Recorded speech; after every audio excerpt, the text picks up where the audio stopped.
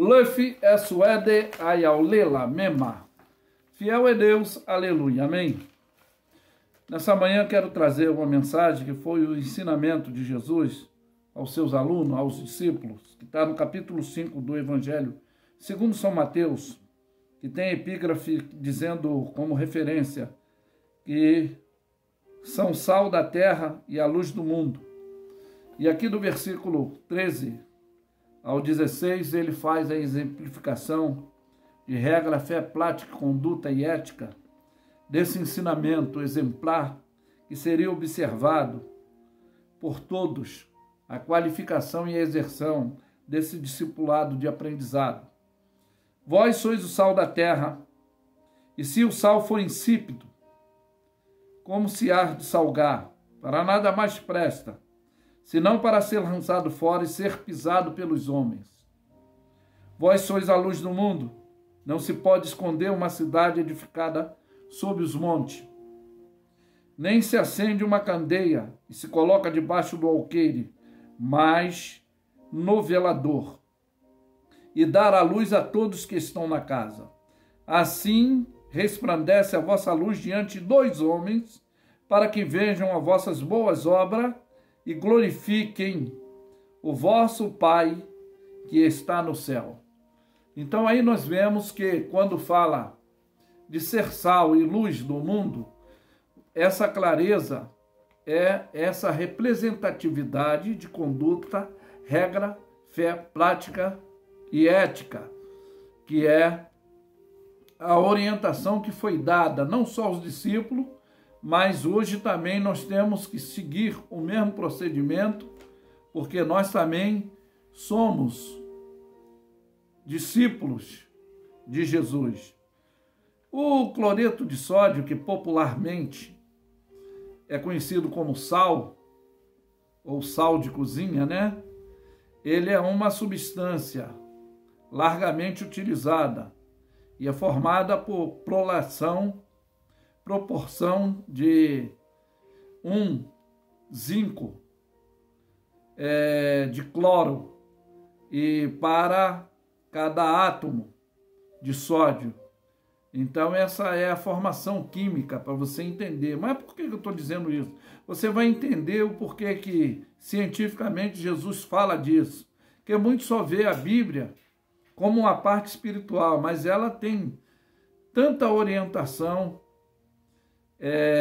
que serve para o ser humano viver numa vida exemplar, não só espiritual, mas física, alongada, e nós é que não damos ouvido aos ensinamentos bíblicos.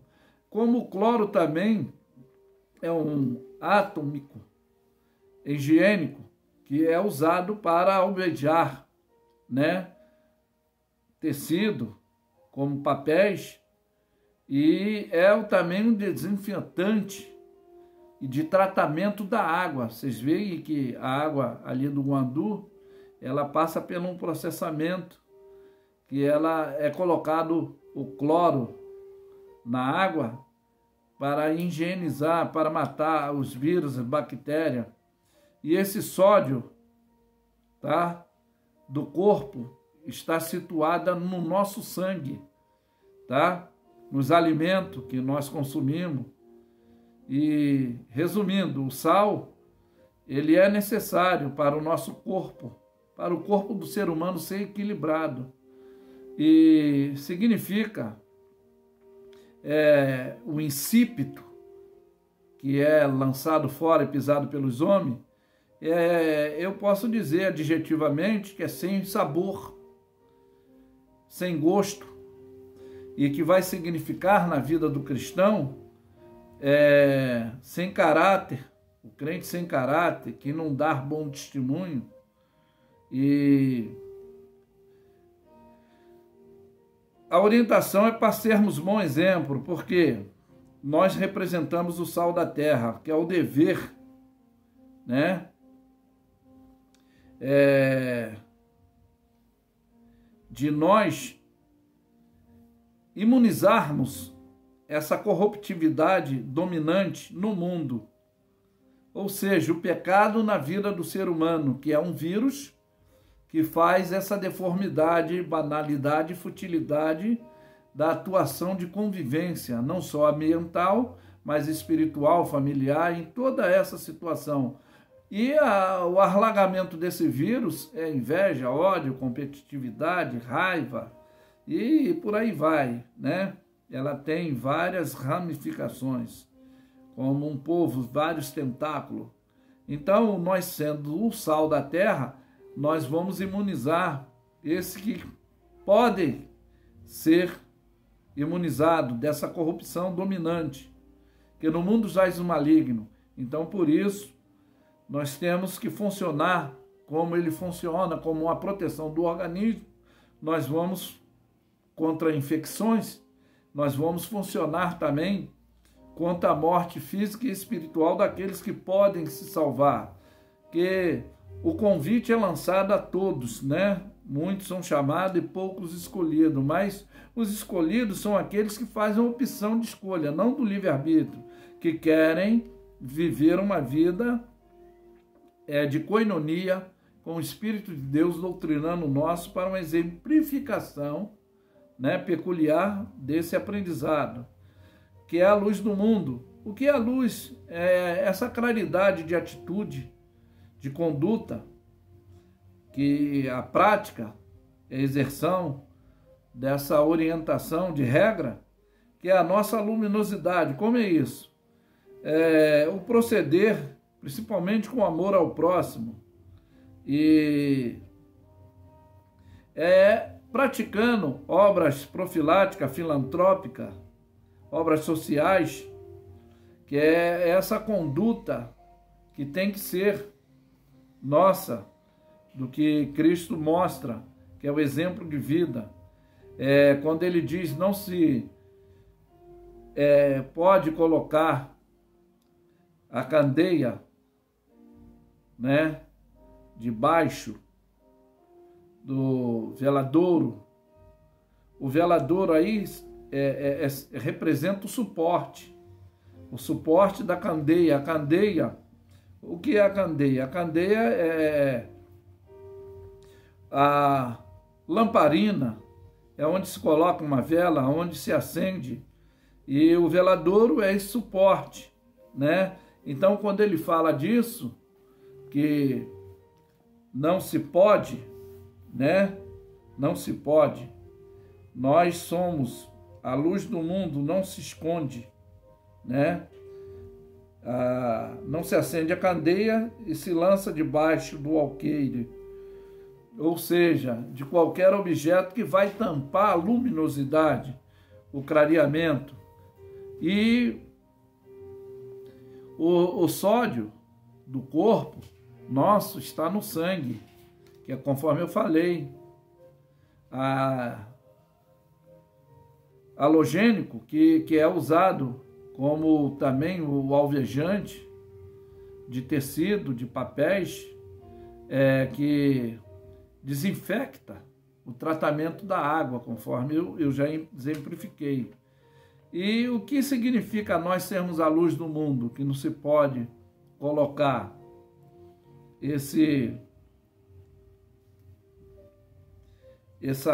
debaixo do veladouro, essa candeia. A candeia, ela é para iluminar a escuridade de uma casa, de um local, é a lâmpada, e que representa essa luminosidade que somos nós, a clareza dessa luz do mundo, que reflete a conduta, conforme eu já falei, que não se pode esconder, como uma cidade edificada sob os montes. Ela está numa altitude, ela está no alto e todos verão de longe. Assim também nós somos, conforme Paulo diz, que nós somos observados, não só no campo material, mas no campo espiritual principalmente. Que a nossa luta não é contra a carne nem contra sangue, é contra principado e potestade. Então nós fomos preparados para ajudar aqueles que estão nesse perigo, espiritualmente falando. Então, quando nós damos esse bom exemplo, quando nós pregamos a palavra de Deus às pessoas, consegue alcançar pelo entendimento da iluminação dos olhos, dessa compreensão, ele fica nesse patamar diferenciado. E aí se destaca, que é a glorificação do nosso Pai que está no céu. Muitos vão ver a mudança, o que está havendo com essa pessoa, o que está acontecendo com essa pessoa. Mas o Salmo 119, versículo 105, diz que lâmpada para os meus pés é a tua palavra e luz para os meus caminhos. Aí, lâmpada para os meus pés, ou seja, doutrinamento de conduta para procedimento de regra, que eu tenho que seguir padrões éticos. E a iluminação para o meu caminho é não errar, tendo o conhecimento agora. Que existe teoria, conhecimento e prática. Então agora nós vamos exercer a prática desse conhecimento, que é a luz que ilumina o nosso caminho, que é a lâmpada dos nossos pés, para não pisar na escuridão do pecado, para não estar. Então essa orientação básica, né, de aprendizado, desse legado celestial, que vai acender e vai incomodar aqueles que querem que você continue na mesma vida de futilidade, de banalidade, do erro, principalmente no campo espiritual. Mas a nossa luz incomoda as trevas. Como é isso? Eu posso dar um exemplo aqui para ser prático e rápido. Numa floresta tinha muitos animais, insetos que conviviam harmoniosamente. Mas um dia começou os outros animais e um inseto que era diurno observou, fazendo um comentário com o que era de noturno, que é o vagalume, que ele tinha que tomar cuidado para não virar presa. E ele questionou, mas o que está acontecendo? Você já observou que nem todos os animais estão tendo a coletividade contigo? Alguns estão te desprezando, outros estão te perseguindo, e tem um que quer te perseguir cotidianamente. E ele observou o que era a serpente. Então ele tentou dialogar, procurando saber se tinha cometido algum erro, se tinha deixado alguma falha, para que aquela harmonia deixasse de estar nesse equilíbrio. E falou, eu faço parte da tua cadeia alimentar? Não. Eu te fiz alguma coisa para te aborrecer? Não. Então por que está me perseguindo? O que está acontecendo? Aí a cobra vai dizer para o vagalume que era a luz dele que a incomodava. E assim também somos nós com a obra. Quando nós praticamos o amor ao próximo, ajudar o nosso semelhante, no campo espiritual nós vamos incomodar. Então, a nossa exemplificação de vida, de regra, fé, prática e conduta, que a Bíblia é a orientadora, quando nós seguimos esse procedimento de padrão, nós vamos incomodar aqueles que têm argumentologia, axiologia, conceitologia, mas não tem outro manual superior ao que é o ensinamento da palavra de Deus e o doutrinamento do Espírito Santo de Deus no nosso espírito, que é infecção. O pecado é uma infecção generalizada, mundialmente falando, que é a corruptividade dominadora, predominadora em todos os setores da sociedade em que convivemos. Então há essa ação imperativa luciferiana destrutiva. E, por isso, a palavra de Deus é que traz novamente a koinonia, como lá no Éden tinha o primeiro homem a ser criado com o Criador, e foi quebrado esse elo. E Cristo é essa aliança, por isso ele determina, eu sou o caminho, a verdade e a vida, e ninguém vem ao Pai a não ser por mim. E quando ele também dá o ensinamento, ele diz, aprendei de mim que sou manso e humilde, de coração encontrarei descanso para vossas almas. Aí ele diz, porque o meu fardo é leve e o meu jugo é suave. Então, quando ele fala de fardo e jugo, é uma carga, tá? E sobrecarga que está sobre o ser humano, que já não aguenta, talvez, tá com o seu psicológico abalado, o seu cotidiano, da sua convivência social, familiar, ou talvez espiritual, que está precisando desse alívio, que é o agir do Espírito de Deus no nosso espírito, nos dando conforto. Que a própria palavra diz que quando nós não sabemos o que falar com Deus, o Espírito de Deus intercede por nós com gemidos inexprimíveis. E às vezes a gente fica desmotivado, né? E é quem dá essa alegria, essa condição novamente de harmonia, é o Espírito de Deus. Não vai ser você procurar o caminho das drogas, o caminho dos vícios, o caminho da futilidade, da banalidade, vai te trazer momentaneamente ou temporariamente um alívio emocional, mas não racional, que pode lhe causar danos financeiros, danos de doenças infecciosas, pode te trazer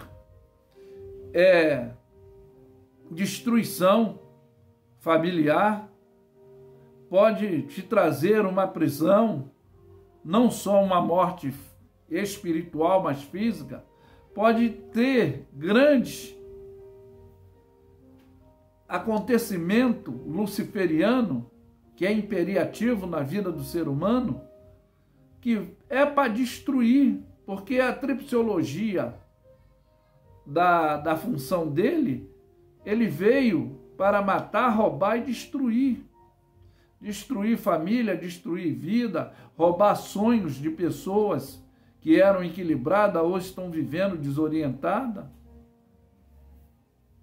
Ela tem roubado esses conceitos éticos, os princípios familiares. Essa pessoa já perdeu porque foi roubado. E nós também que temos esse discipulado, no livro do Apocalipse vai dizer: guardas o que tem para que ninguém roube, ninguém tome a sua coroa. Como guardaste a minha palavra na hora da provação, da tentação que há de vir sobre todo mundo, eu também te guardarei. Então, guarda o que tem. Então, nós que temos o conhecimento, que somos discípulos, que estamos fazendo discípulo, nós também temos que vigiar. E a Bíblia vai dizer: vigiai e sede sóbrio, porque o diabo, vosso adversário, anda ao derredor, bramando como leão, buscando a quem possa tragar. Principalmente querendo desconectar quem é discípulo e vai fazer discípulo, vai ser orientador. Que é a nossa vida de aprendizado. Nós que já tivemos uma vida vivendo, talvez na orgia da banalidade, dessa escuridão, que foi iluminado o esclarecimento do nosso conhecimento, que vivemos na luz da pureza, não que somos superiores ou melhor, mas evitando e conhecendo o que é bom, o que é ruim, o que é certo, o que é errado. Não vamos tentar novamente entrar na rua, que é uma rua de lamaçal. Então, vou querer passar numa rua que tem um solo firme. É o que diz o Salmo 40. O Salmo 40 é uma coisa linda. É uma exemplificação de vida que nós temos aqui, de um esclarecimento, de uma necessidade emergencial que o salmista, ele diz que ele pedindo, né, o Salmo 40, ele nos faz aqui, ó, Davi é um orientador, que ele passou de aluno a professor. Esperei com paciência no Senhor, e ele se inclinou para mim e ouviu o meu clamor. Tirou-me de um charco terrível de lodo. Aí ele fala: e pôs os meus pés sobre uma rocha, e edificou os meus passos. Então ele diz que bem-aventurado o homem que põe a sua confiança no Senhor e não respeita soberbo. Porque o soberbo aí é o que quer falar e não quer ouvir, quer ensinar e nunca aprendeu. Sabe por quê? Que eu vou te dizer isso? Quando ele errou, no Salmo 51 ele diz: tem misericórdia de mim, ó Deus, segundo a tua benignidade, apaga as minhas transgressões, segundo a multidão das tuas misericórdias, lava-me completamente da minha iniquidade e purifica-me dos meus pecados, porque conheço, tá? As minhas transgressões, os meus pecados estão sempre diante de mim. E aí ele diz: contra ti, somente contra ti pequei e fiz o que os teus olhos eram mal, para que seja justificado quando falares e puro quando julgares. Aí, quando ele fala isso, purifica-me com isope e ficarei puro, lava-me e ficarei mais alvo do que a neve. E agora ele pede: faz-me ouvir júbilos de alegria, para que gozem os ossos que se quebraste. Aí ele começa agora que existe teoria, conhecimento e prática. Aí ele fala que esconde a face dos meus pecados, apaga as minhas transgressões. Aí ele pede agora uma renovação: cria em mim, ó Deus, um coração puro, renova em mim um espírito reto. Não me lance fora da tua presença. Não retire de mim o teu Espírito Santo, que o Espírito de Deus é que doutrina o nosso espírito. Se nós fôssemos cheios do Espírito Santo, não erraríamos. Então, quando nós fugimos dessa regra, fé, prática e conduta, nós erraremos, sim. Então ele fala: então ensinarei os transgressores os teus caminhos, os pecadores a ti te converterão. Sabe por quê? Existe crime doloso e culposo. Existe a negligência e imperícia, né? Por isso que ele fala que ele se sentia culpado, ele era um transgressor.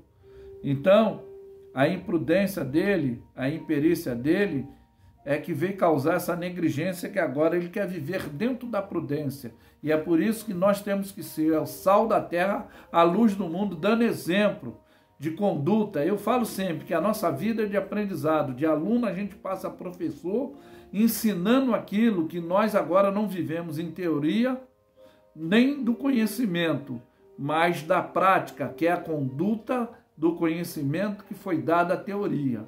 Então nós temos essa exerção superior para um exemplo melhor de vida e procedimento familiar, um comportamento social, e a gente passa a ser esse padrão qualitativo que muitos vão querer também ter, essa mudança esclarecedora, luminosa, conforme a luz do mundo, que é uma forma que foi determinante, não só para a vida dos discípulos, como é para nós.